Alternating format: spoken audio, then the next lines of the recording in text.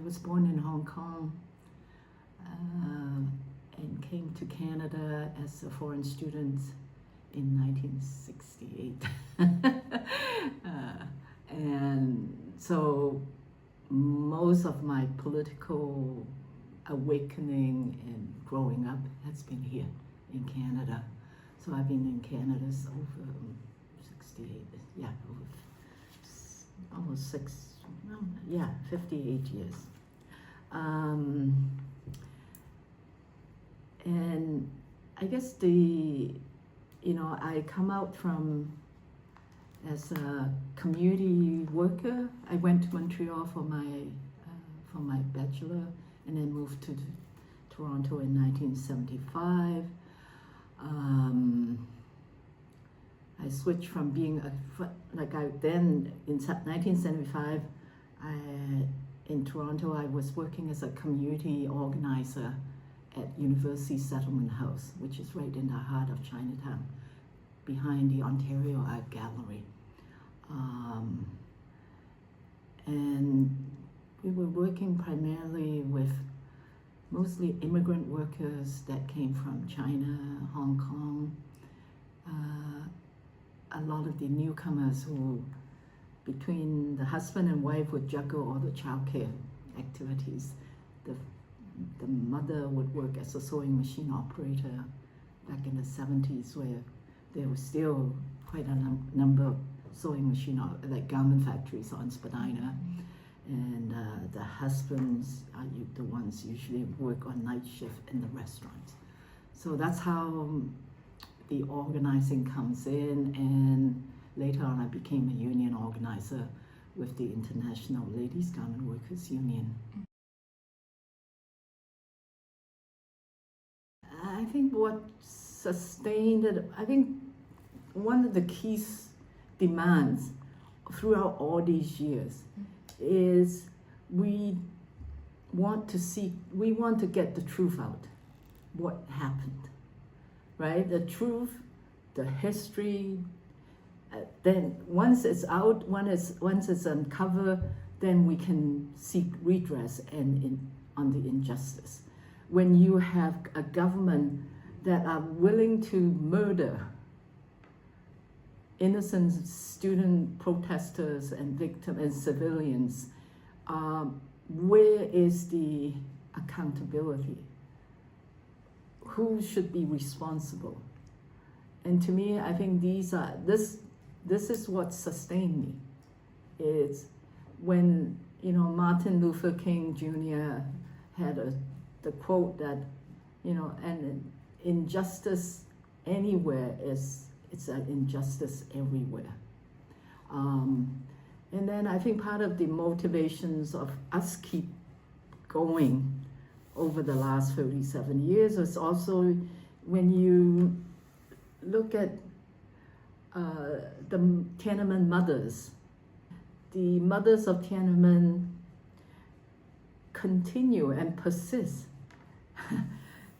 This is the group that are made up of mothers, relatives, and grandmothers of all the victims who perished on the June 4th, in the massacre. Despite the severe monitoring and the surveillance, they kept going. They have been continuously going, making sure,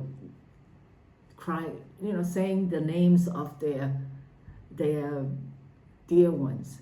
Yeah. These are the mothers who have never had a chance to publicly mourn the death of their children.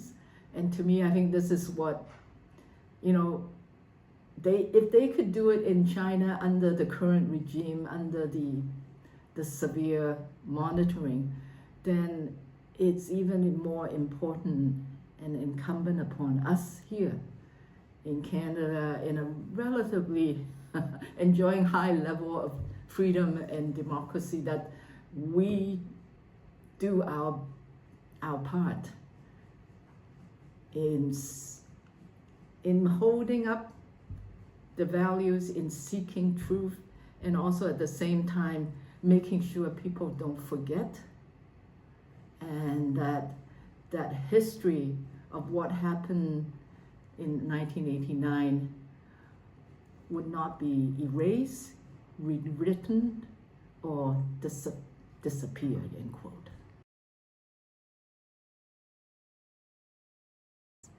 I think that what happened, like we went through in Toronto as the TADC organizers, we went through the highs and the dips. And then in 2019, with the Hong Kong protest movement and the subsequent persecutions and by the police and the government on the pro-democracy activists, we now actually seeing a whole revival of people showing up at the June 4th candlelight vigil. People are seeing what happened in the streets of Hong Kong in 2019 with the tear gas, with the bullets, rubber bullets, and the real gun ammunitions. This is what took place in Hong Kong is version 2 of Tiananmen Massacre on June 4th, 1989. So we were able to make that connection, that link, that it's all part of the same fight. And our shared objective, shared goal has been the same. And so in the last 4 or 5 years, since 2019, 2020, 2021, we are seeing a resurgence of much higher participations of people showing up and seeing younger families coming with their children to Tiananmen Square for the candlelight vigil. And basically it's making that connections. It's the authoritarian regime that needs to be changed. Yeah, I think it's I guess I'll be seen by the younger ones, the newcomers, as an old timer. And so to me, I think the transitions and the sense of belonging comes not only just with the length of duration, length of years that you've been here, but also the engagement and the participation one has with the larger society, right? Beyond the confine of your own community, right? Beyond the confine of Chinatowns or Chinese Canadian communities or Asian communities. It's what other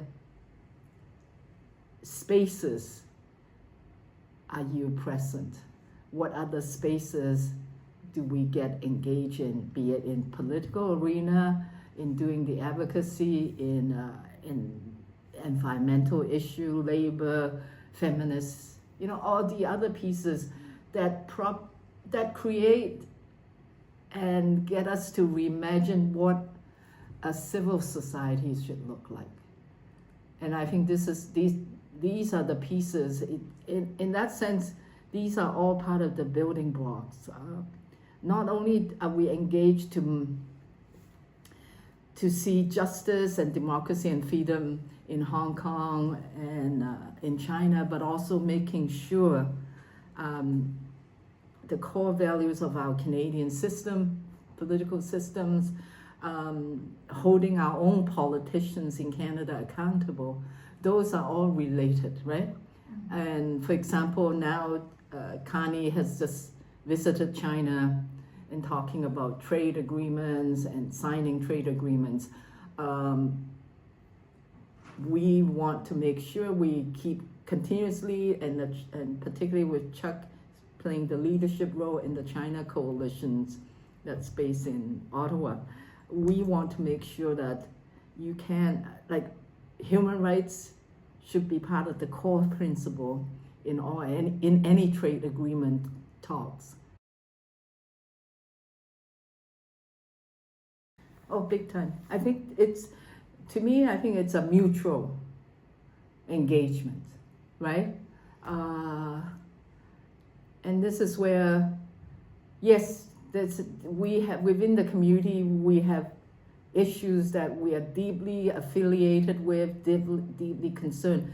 Then the strategy is, how do we get our messages across to the broader diverse communities so that they can add, and how do we build that relationship on a broader scale? For example, right now as TADC, we have a close collaboration with the Tibetan community, with the Uyghurs community, in terms of make it joint advocacy work, and we participate with the Tibetan community. We participate in their protests every year in March, when they commemorate the occupations of Tibet by Chinese government in 1959. So those are the pieces that has always, that we are reaching out to, and there's also the trade union movement, the labor movement. And to me, I see it as both ways, right? We need to engage in the broader labor movement. I'm just using unions as an example, or the women's movement as an example. We need to engage them to let them know what's happening. At the same time, they need to extend that solidarity. And how do we deepen a much more critical reflections on the geopolitics of the globe, and particularly now with the rising tide of authoritarian control everywhere in the globe. Yeah.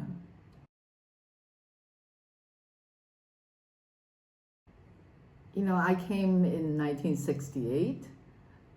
Literally, my children are born here in Canada.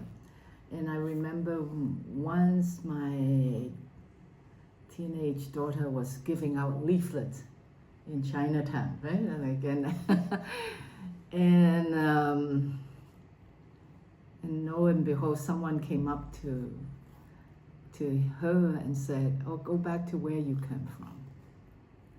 And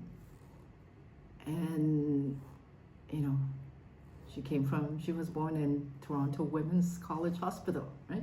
So those are part of some of that racism that is still very much, it's always beneath the surface.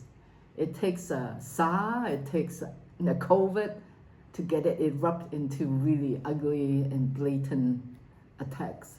So that's the piece that we need to be vigilant, and making sure our governments at the both federal and provincial and the municipal level have policies, have programs that would curb these type of hate.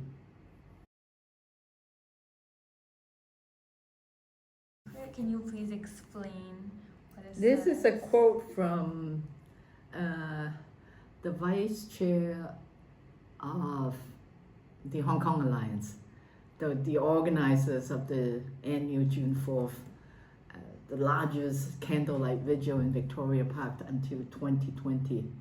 And so Zhou Hangtong, she's currently in prison for organizing the vigil, along with the trade union leader Lee Cheuk-yan. Both of them are on trial right now.